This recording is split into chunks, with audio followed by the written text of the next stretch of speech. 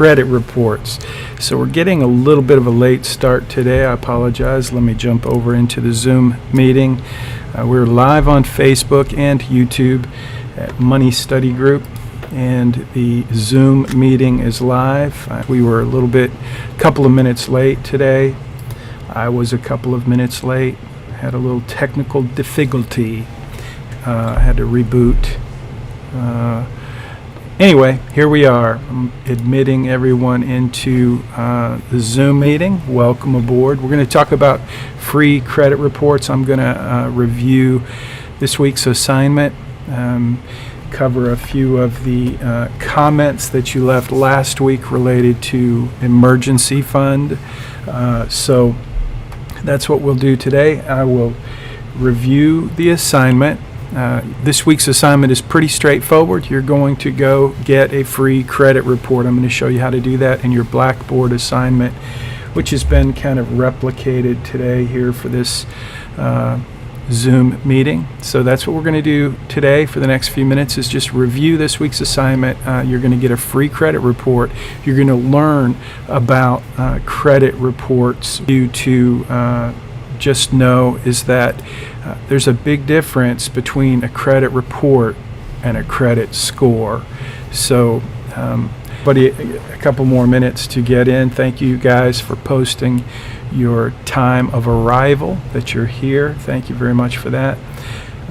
Looking at your comments, so if you have any questions you want to, happy to get to those either before we jump into today's lecture or at the end. So thanks again for being here. If you're not in the Zoom YouTube live, feel free to pop in a comment anytime. I read all those comments. And so, question, do we also add the question, though? I appreciate that. I just like to have a record in case I get audited. This class is obviously at the University of Houston, the Bauer College of Business, and this is just one of my requirements to keep track of how often every time you leave a comment online or in the Zoom meeting, you basically help me keep an audit trail. So anyway, thank you. That was a good question. So today, again, we're going to talk about credit reports, and I'm about to close out the new admits. So if you come to the Zoom meeting after in about 30 seconds, 60 seconds, you will not be admitted. So again, remember, I'm sorry I was a little bit late. If you're 5 minutes late, just go ahead and watch it on YouTube or Facebook. I'm assuming everybody can hear me. Mercy, I didn't, so you could just pop in a little message to let me know you're hearing me. Okay, yes, okay, I see that. Thank you. Okay, so let's jump into today's review of your lesson. You guys are doing a great job in your assignments. Fantastic. Love the titles you're giving me, the time and effort that you're taking to create really goals. And so just so you know, one of the major objectives in teaching at the Bauer College of Business is communication. And so you may wonder, why does this guy make me format my articles and make them look good? And really the point is to make them doing a fantastic job. And trust me, just like I wish someone would have taught me how to type in college.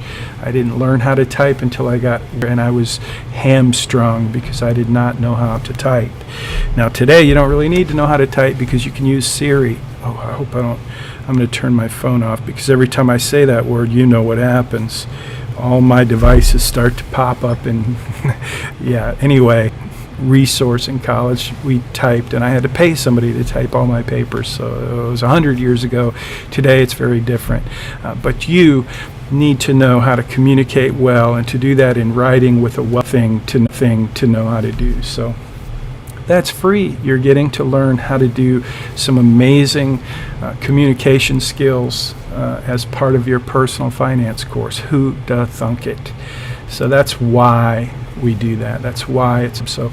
Let's jump into the free credit report. I wanted to show you an example of an assignment, because this really is a super easy assignment. It's to go online. The link is in the assignment to get your free credit report.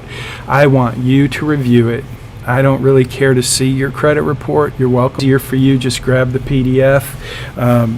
But it's really not for me to view, it's for you to view, for you to review, to look at, and then you're going to give me some comments and tell me what you saw on your credit report. So it's a great assignment, your credit college, because does anybody want to post the answer to that question? Why is it especially important for you as a college student, this free credit report resource, to check your credit report? Now, you're going to learn about this week. This part of your assignment is to learn about credit reports and credit scores and credit bureaus. And so you're going to learn some of the basic information, credit reports and credit scores. And so you're going to learn a little bit about that this week. But I'm curious if any of you know, does anybody know why it's a good idea for you to check your credit report before I jump into today's chat? I don't see any comments, but if you're watching on Facebook, if you're watching on YouTube, then please leave a comment. Let me know that you're thinking about that, and not only that you're thinking about it, but what are you thinking at this point in today's lesson? Why does it even matter? Why does it even matter if you use this resource to get a free credit report? Which, by the way, there are 3 credit reporting bureaus. You can get a free credit report every year from each one of those. That's 3 free credit reports every year. That's a little overkill, but certainly 1 or 2 a year, especially if you're a college student. So some of the comments were because as soon as you get out of college, you need credit for everything. So that's one reason. But I would say Harsh posted that comment. Thank you, Harsh. I would say that what you're commenting on is really a credit score. So it's a good thing to have a good, healthy credit score.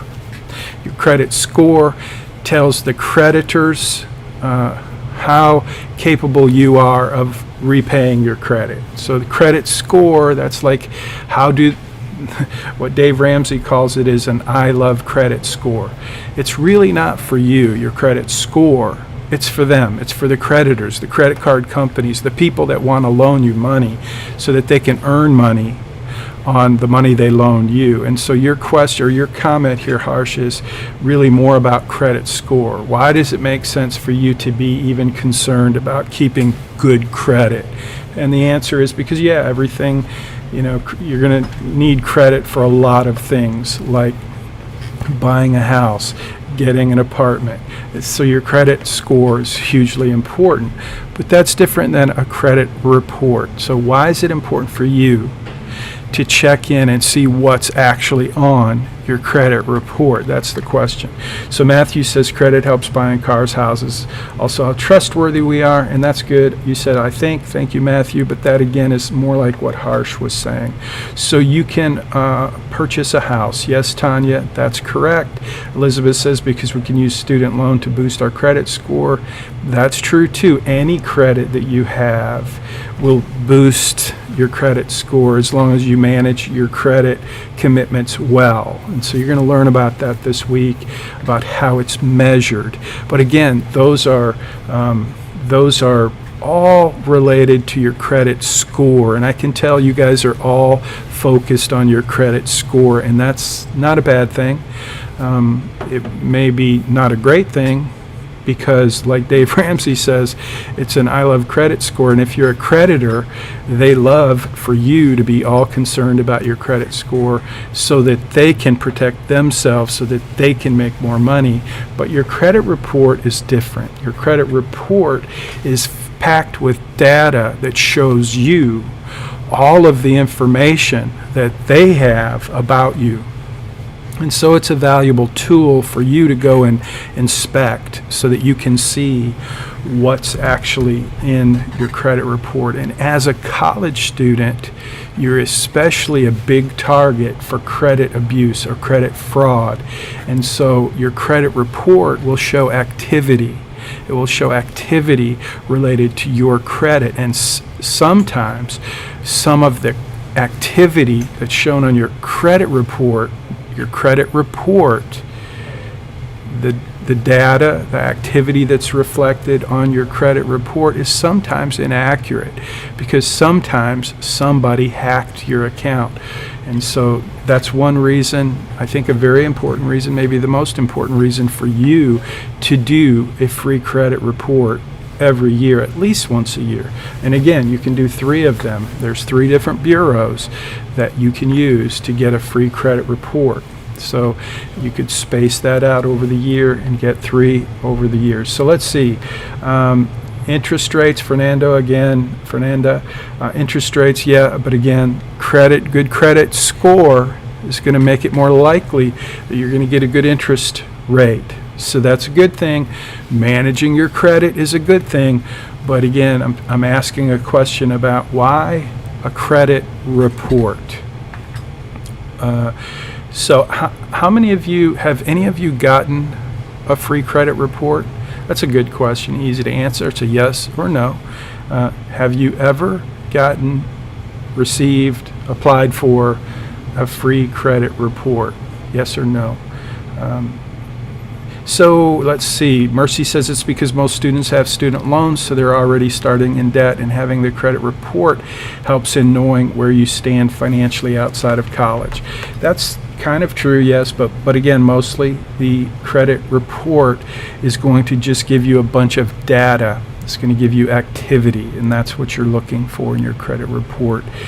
So if you have anything on your credit report that tells you that, hey, you've got a problem, you've got late payments, you've got outstanding, your whatever, any bad hits on your credit report will tell you, obviously, that that's going to affect your credit score. And so now you have the information to go do some work on getting that information either corrected or actually doing something to get that improved. So that's good. Identity theft, Elizabeth, that's right. That's a big thing. So if you follow Dave Ramsey, one of the things that he sells, and that's why he talks about it a lot, is insurance for identity theft. And I'm not saying that's a terrible idea, but it's not nearly as effective as just good, proactive checking your credit report, changing your passwords, using good encrypted passwords, updating your software on all of your devices. These are the things that today in 2021 are the most effective ways to battle identity theft and fraud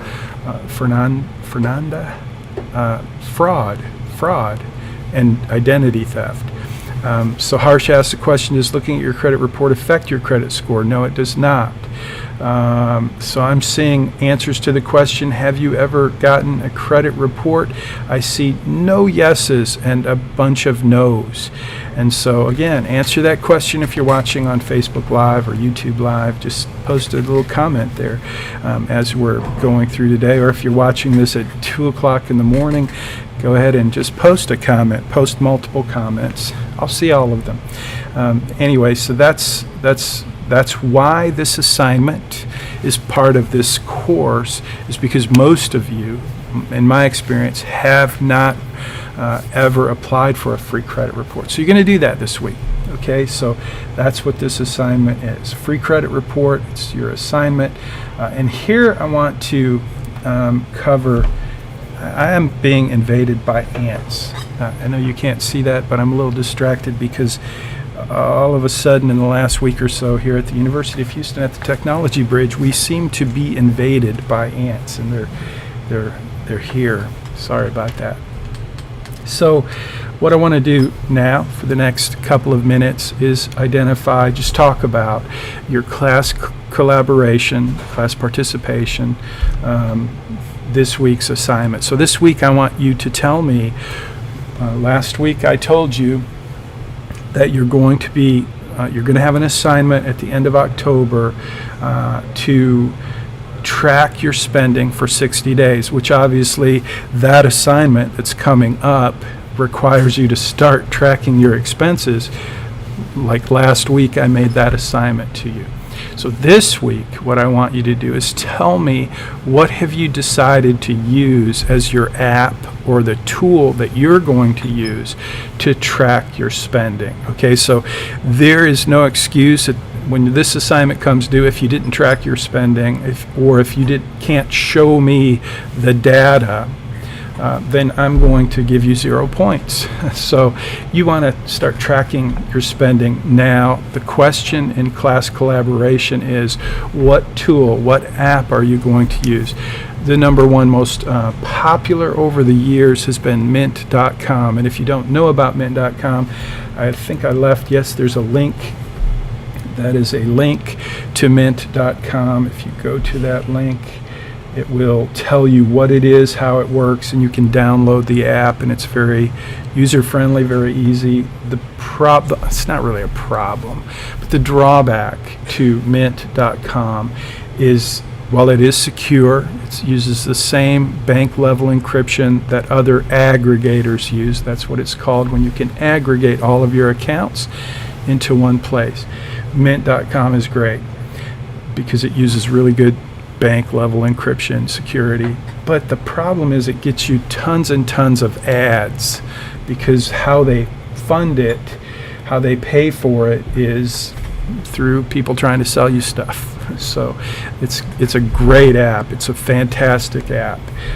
Another one that I like to recommend, obviously your bank, that's probably really the number one most popular way to track your spending, is using your bank app, because you're already using either your bank credit card or your bank debit card, and so that just makes it super easy. All you got to do is download their app, open it up, and you see every transaction, everything you've spent to the penny, and it's super easy. So the thing is, though, with Mint, that's one app, and there's like half a dozen big bank apps.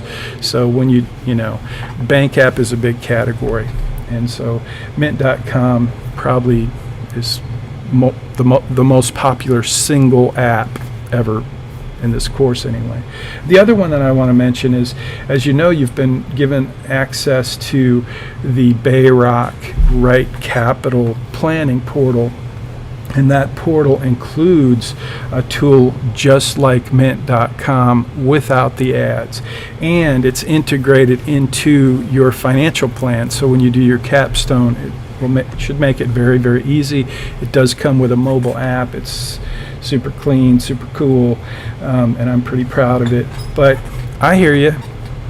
I know some of you say, oh, I don't trust that website. Well, that's cool. Do whatever you want to do. Mint.com or Right Capital, same bank level encryption. Your bank's app, you have the same issues with, if somebody's going to do a cyber attack on an institution, they're probably going to pick a big institution versus a small one. But I get it. If you're concerned about privacy, you get to make that decision. You're not required to use any specific app, but you are required to track your spending to the penny for 60 days. So this week's class collaboration, you're going to tell me, what are you going to use? I've had some students every single semester tell me they're going to use Excel. And I'm like, that is not a good idea, because with Excel, it's like you have to take every transaction and enter it. And yeah, right, you're not going to do that. And so, look, do whatever you want to do to track your spending for 60 days. But if you want full credit for this assignment, you're going to have to prove to me that you accounted for every penny. And to do that with a mobile app at your bank is super easy. To do it with mint.com is super easy. To do it with Right Capital and Bayrock's app, super easy. But if you're going to take on the manual chore of doing that, good luck. That's on you if you decide to do it that way. You're going to show me the data. That means the spending data. Your app will track that. You'll grab it, put it in your report. Number two, you're going to show me a chart with categories, which is super easy to do. Your app will do that as well. You'll just grab a screenshot. And number three, in this assignment, the spending tracker, you're going to tell me what you learned. Like, as you track your spending over the next 60 days, you're going to find where you're spending your money. Like, if it's Starbucks, if it's a nightclub, maybe it's eating out, So that's really the point of this exercise, is for you to be accountable to yourself for where your money's going. Okay, so enough said about that part of this week's assignment. That's your class responsibility, just to post what are you going to use to track your spending. So let's look at last week's comments. Last week we talked about emergency funds, so I want to just kind of highlight and maybe chat a bit about emergency funds. So Catherine, I loved your comment. You keep it in a savings account better than your checking account because it accumulates interest. That's good. And you gain more money that way. And then you transfer it over to your emergency fund savings account. So that's cool. The main thing is you have an account. That's awesome. So many students tell me, no, I don't even have, excuse me, I don't even have an emergency. Some will say they have emergency savings, but it's like, inside one of their socks in their underwear drawer. Okay, that's like where I keep my hidden gold coins. And that's one way to do it, but I'm encouraging you to actually set up an account, and it's really a good idea to have that account at even a different institution, somewhere that's not connected to your debit card, so that it's a little bit more difficult for you to access that money for things that aren't really an emergency. So that's the whole point of an emergency fund.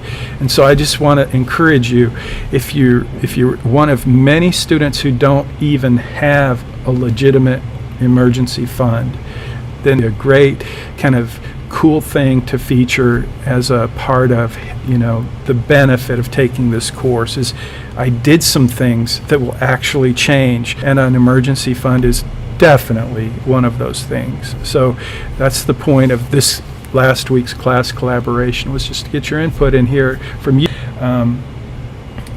Owen Ben, you have a savings account. You do your best to transfer half of your check. Wow. Once I fix my spending habit, I would love to start saving more and start to see more in my saving. Okay, cool. Not sure exactly what to say to that one. Let's see, Fabiola. So cool. So some of these comments I grabbed were just a little bit generic. Sorry about that. Let's see.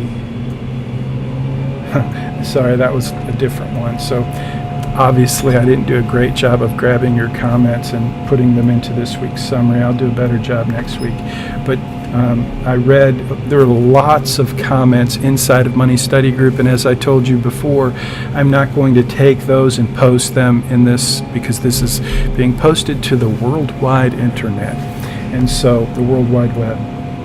But if you post it on YouTube or Facebook, then that's where I grab your comments, and I feel like I have the liberty of sharing them here, so hopefully that's cool. But one of the things that I've seen about emergency funds is A, you don't have one, and B, it's like it's an imaginary account inside of your checking account. And so again, the point is, have a fund, an account that is dedicated to your emergency fund. And it's sometimes better if you have access to a credit union. That's a great place to make your emergency fund, something that's apart from and specifically for emergencies. It's not your new car fund, it's not your checking account, it's not your savings account. It should be this is specifically earmarked for emergencies. And so I'm encouraging you this semester to set up your emergency fund. If you don't have $500 saved, make that your goal. If you already have $500 saved this semester, and if you've got $1,000, think about the true purpose of an emergency fund. That's to cover 6 months of expenses. So for you, once you graduate, what are your expenses going to be after you graduate? Because that is really the target for you. And your emergency fund is to figure out how much would you need to support yourself for 6 whole months. And that should become, and have that in an account that's not too easy to access. Okay, so part 1, this week's assignment, go to free credit report. This is where you're going to go. There's going to be a link, and you're just going to, there's three bureaus: Experian, TransUnion, and Equifax, and those are the three that you get to choose from. It doesn't really matter. You could say, well, Equifax they got hacked. I think it was Equifax. I'm sure Experian has as well. I'm not really sure, but anyway, you get to choose one. Doesn't matter to me. Now, here's the thing, though. When you go to do that, if you don't have a Social Security number, you're not going to be able to get a credit report. So if you're if you're not a U.S. citizen, if you don't have a Social Security number, you may have trouble getting a credit report. And if that's the case, we have an alternative assignment which is posted. Let me just say, for probably 85% of you, you're going to do your credit report.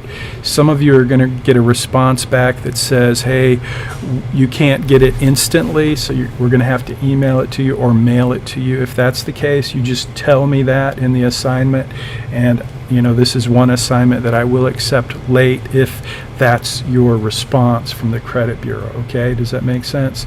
Maybe it doesn't make sense right now, but it will make sense if you just remember that I'm telling you that sometimes when you get your credit report, it's not instant. Most of the time it's instant. You put in the information base and boom, your credit report, and you have a PDF that you can download and review almost instantly. But sometimes the case, no worries, you still did the assignment, you'll get full credit, but it may be the end of the semester before you turn it in.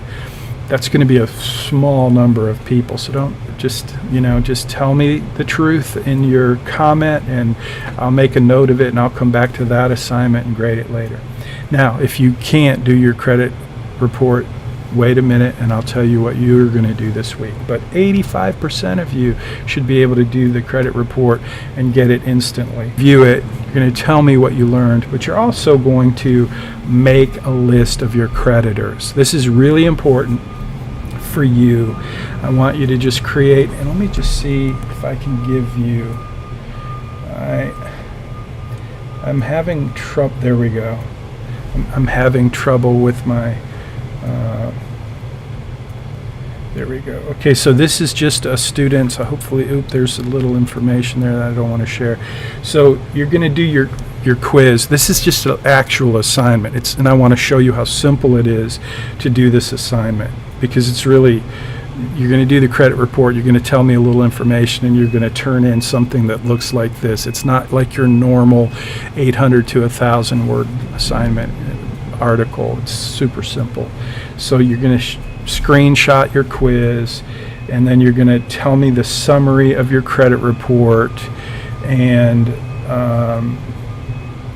so this student just gave me a summary. They gave me a summary of their credit score as well, which isn't required, but it's pretty helpful. And so this was just a great summary. So if you could do something like that, that would be awesome. And then there's a credit list. You may have more than one creditors, but that's what you're going to do. You're going to create a little spreadsheet and pop a screenshot of that list into your assignment. So that's it. So I'm just showing you the PDF that this student turned in and got full credit, got extra points because this student happened to turn it in early. So hopefully you're taking advantage of my incentive offer to turn in your assignments early by Friday at 3 p.m. and then you get extra points.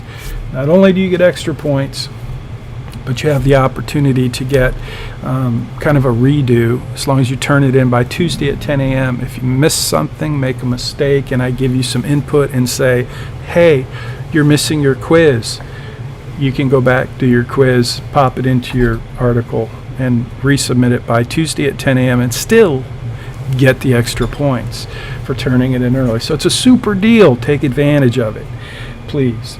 So again, part 2 of this assignment: first you get your credit report, you review it, and then you come back and give me some comments, a summary. But you're also going to include a list of your creditors. So that's outlined in the assignment. I'm not going to read it to you here. I'll just let you look in your Blackboard assignment and see that. Part 3 is just the one PDF document like I just showed you. It's one document. So you're going to include a screenshot of the quiz. You do not need to include the PDF of your credit report. You're welcome to do that if it's easier. Sometimes, students have a lot of information on their credit report and they're not sure how to do a summary, so it's easier to take the PDF and highlight stuff or whatever. I don't care how you do it, but I totally respect your privacy, and I don't care about your credit report. I certainly don't. I'm not going to save it, but I don't think I would want to share mine with my professor, and you certainly don't have to. I don't care. But if it's helpful, if it's easy, if you have questions you want me to look at it, I'm happy to do that. But the brief summary, that's important. Your creditor list, very important. And one PDF document. Don't send me 3 screenshots, 4 different files. I'm not going to accept that. You already know that. Only a couple of students have even done that this semester. Almost all of you, like 99.9%, one PDF with everything I've asked. You guys are doing awesome. So thank you for that. So again, take the quiz. Don't forget the quiz, and money study group. Include a screenshot. That's important. Now, this is where I'm going to kind of close out today. I'm going to look and see. Okay, so those of you who are posting your comments about what you're going to use as your tracker, you're posting that here in the Zoom chat. That's awesome. But you're going to have to post it in Money Study Group as well, and then grab a screenshot. Since you're not watching this on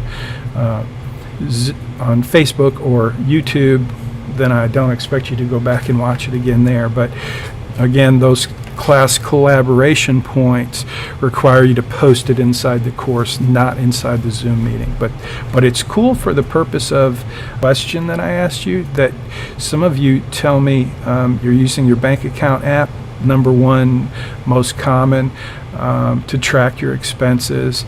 And Kevin says, I will use Mint to track my expenses. Cool, good for you. So again, don't forget to post that in the course. Tanya asks a question, if my account is closed, do I just put 0 for the third column? Yes, absolutely. In fact, if that account is closed and you don't owe anything, you don't even need to include it. The fact that it's on your credit report doesn't matter to me. I want to know that you know how many people you owe money to, what the balance is, and so on. So that's the purpose of that list, to show accounts you've paid off. You're welcome to include those if that makes you feel good.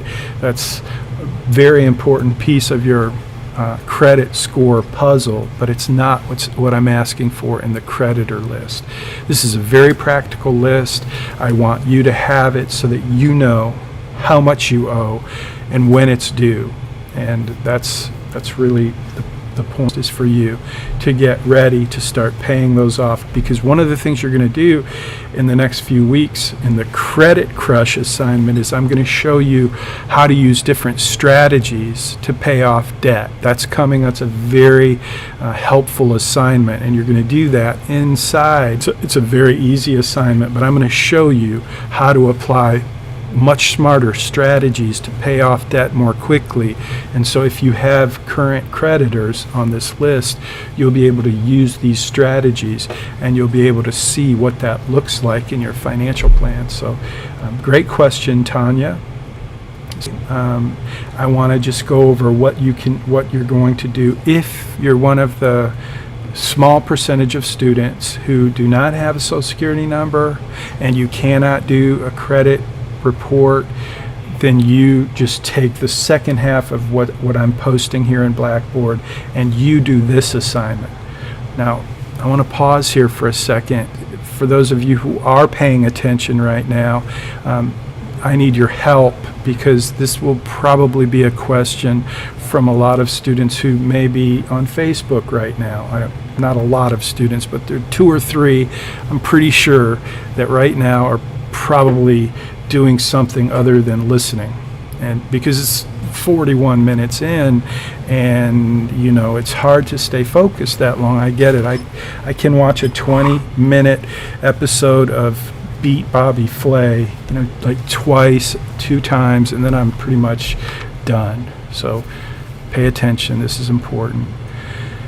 If you did the credit report assignment, don't do this assignment. This next part is only for students who can't do the credit report assignment. Now, I should have posted it in a separate Blackboard assignment, but that just messes up the numbers and yada, yada, yada. So it's either the credit report assignment or this assignment.